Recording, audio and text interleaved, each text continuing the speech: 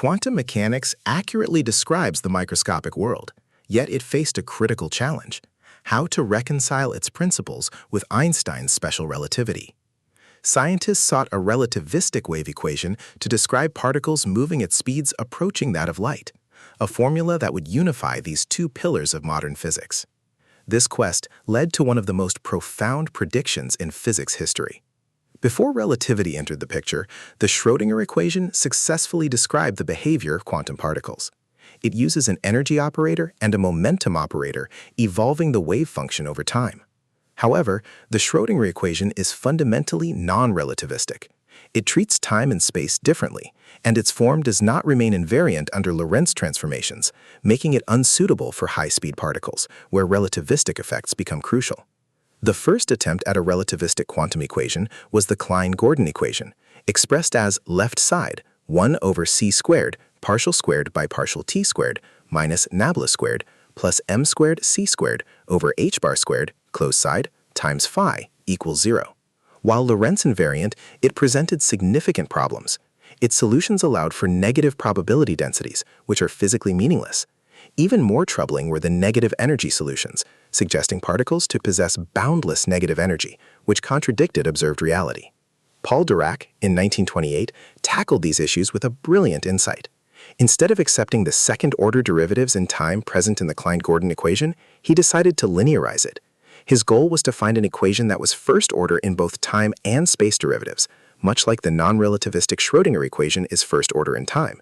This approach promised to resolve the problematic negative probabilities. To achieve this linearization, Dirac realized the coefficients in his new equation could not be simple numbers. They had to be matrices.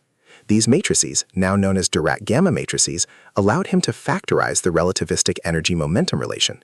Crucially, these matrices satisfy specific anti-commutation relations. For example, left side, gamma mu, comma, gamma nu, closed side, equals 2, eta mu nu, comma I.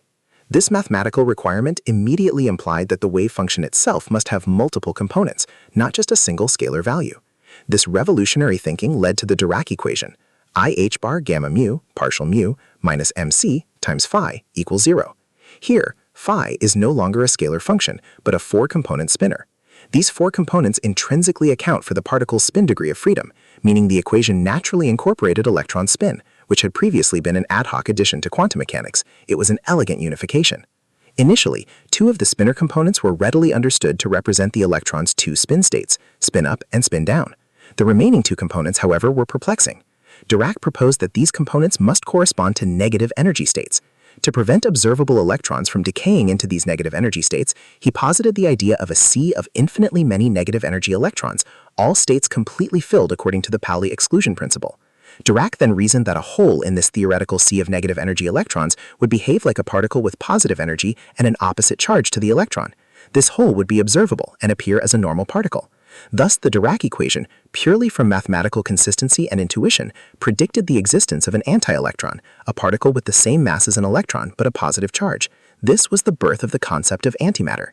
Just a few years later, in 1932, Carl Anderson experimentally discovered the positron, the anti-electron, in cosmic ray showers.